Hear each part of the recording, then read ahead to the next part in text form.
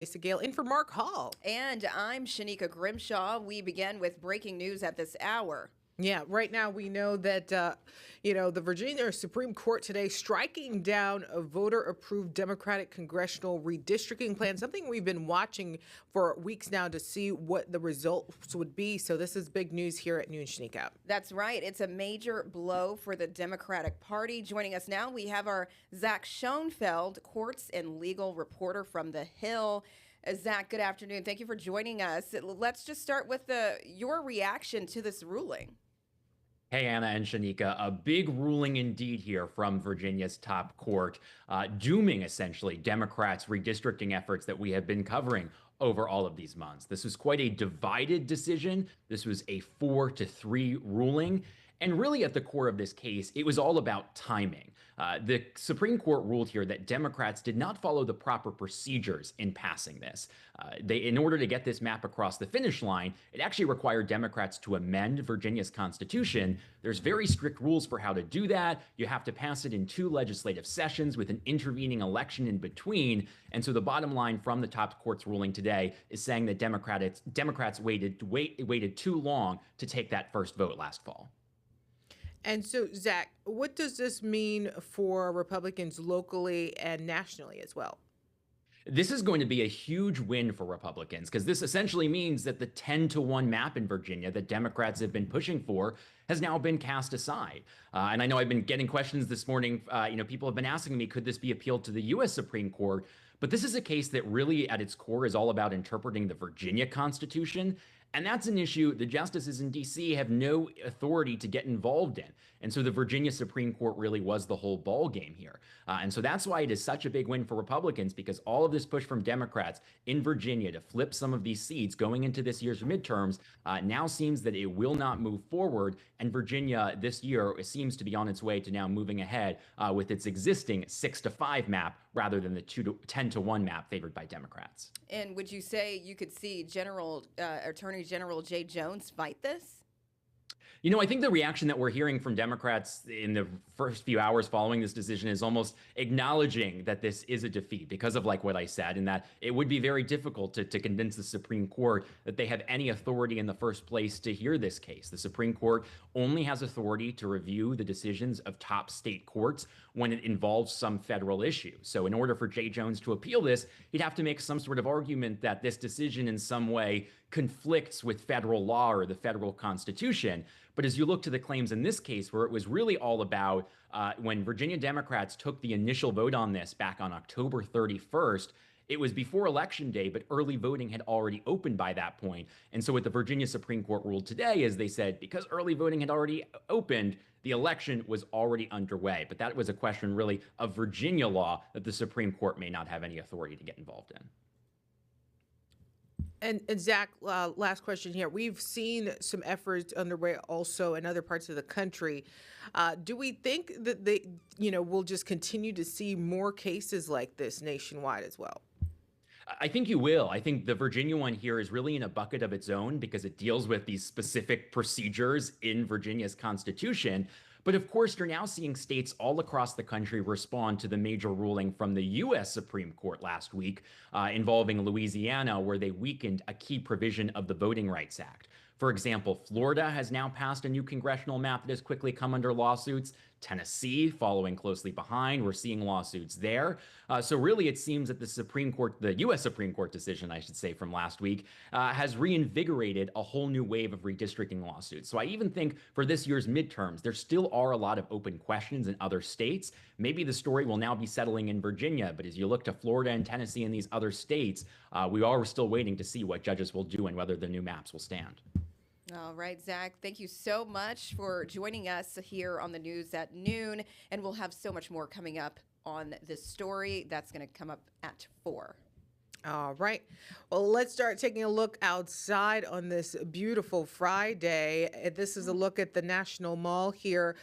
Good to see folks out and about. Jackie is joining us, Chief Meteorologist Jackie Layer, joining us now to talk a little bit about what we can expect today, Jackie. Yeah, well, Annalisa and Shanika, great to be here. Yeah, I'm filling in for Damon Matson on this Friday afternoon. And I mean, it does look very gorgeous out there. Feels really nice out there as well. I mean, Earlier this morning, though, it was quite chilly. You definitely needed that jacket before you headed out. Some parts of the region actually started off into those 30s. DC, though, upper 40s, though, and now we're warming up pretty nicely as we head into your Friday afternoon. Upper 60s already in the district, lower 60s up towards Hagerstown, upper 60s down towards Culpeper. A bit of a difference from, yesterday around this time. We're running between 5 to even close to 10 degrees warmer than this time yesterday. So that sunshine really making that difference. Low temperatures, though, this morning, I had to cover this. I mean, we're mid to upper 30s farther out towards some of our westernmost areas, but even Dulles Airport, if you were out there early this morning, you were greeted with those upper 30s this morning. But in D.C., especially at Reagan Airport, the low was upper 40s. So some of the relatively warmer spots, that was D.C., Annapolis, even down towards Lexington Park. Satellite radar showing us, the mainly clear skies that we have out there right now.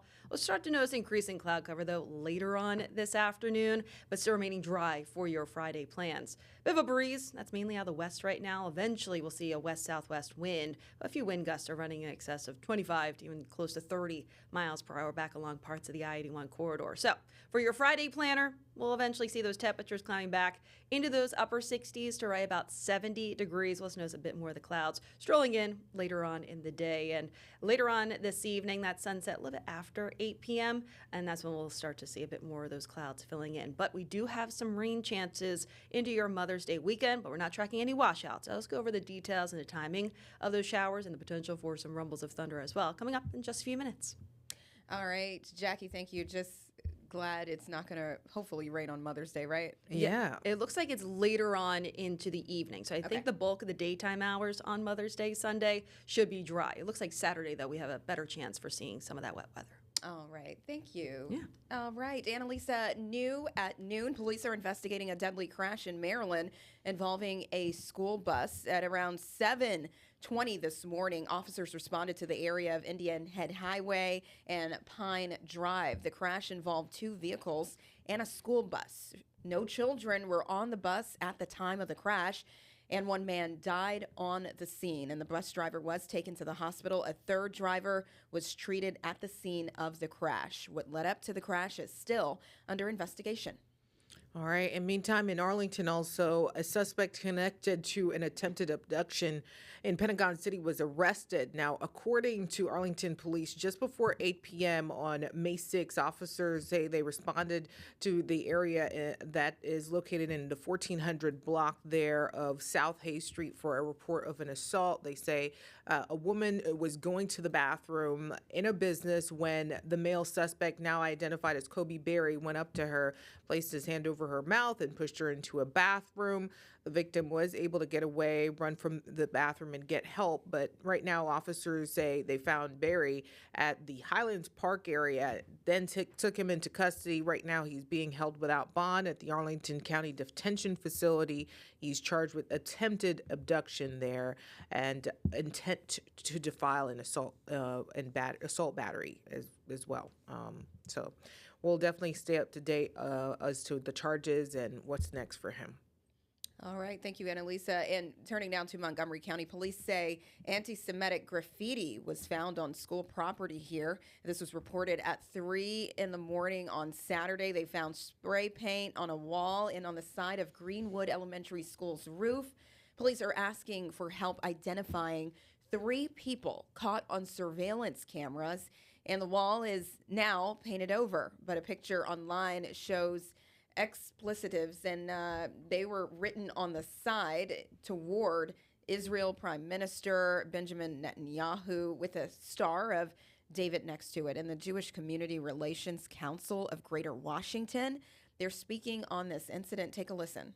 Legitimate criticism of the Israeli government is not anti-Semitic, but what we are seeing are expressions of hatred that conflate the two. Franklin Siegel says it's not just graffiti, but there's an issue of bullying and harassment as well.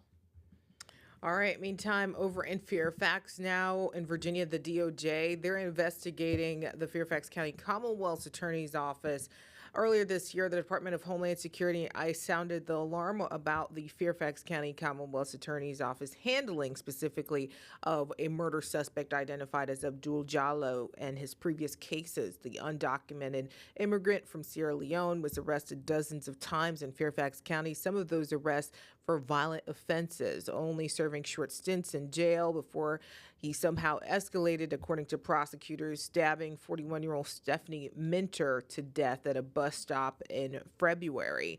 Now, just last month, Toscano responded to those criticisms in another case involving a Salvadorian national, Israel Flores Ortiz, now convicted of groping 9 girls at Fairfax High School. Let's take a listen. Look, our office is all about keeping our community safe and doing justice. It doesn't matter what somebody's status is. If somebody commits a crime in Fairfax County, we're going to hold that person accountable. Yeah, so we'll continue to track this to see what happens next. But you know, the Fairfax County Attorney's Office continues to stand by their decision in their cases, and so we'll watch that for sure. Also, what's happening today in the district, a new exhibit has opened at the National Law Enforcement Museum to the public. They opened on Thursday. It's called Without Warning, Ending the Terror of the DC Snipers. It explores local officers' response to the 2002 sniper attacks across DC, Maryland, and Virginia. The exhibit includes the rifle used in those attacks, audio from the 911 calls, police radio transmissions. That attack did leave 10 people dead and 3 others injured. And it's something that to this day, many people still talk about here in DC. So, you know, if you have a moment to stop by and just reflect, I'm sure they would appreciate that.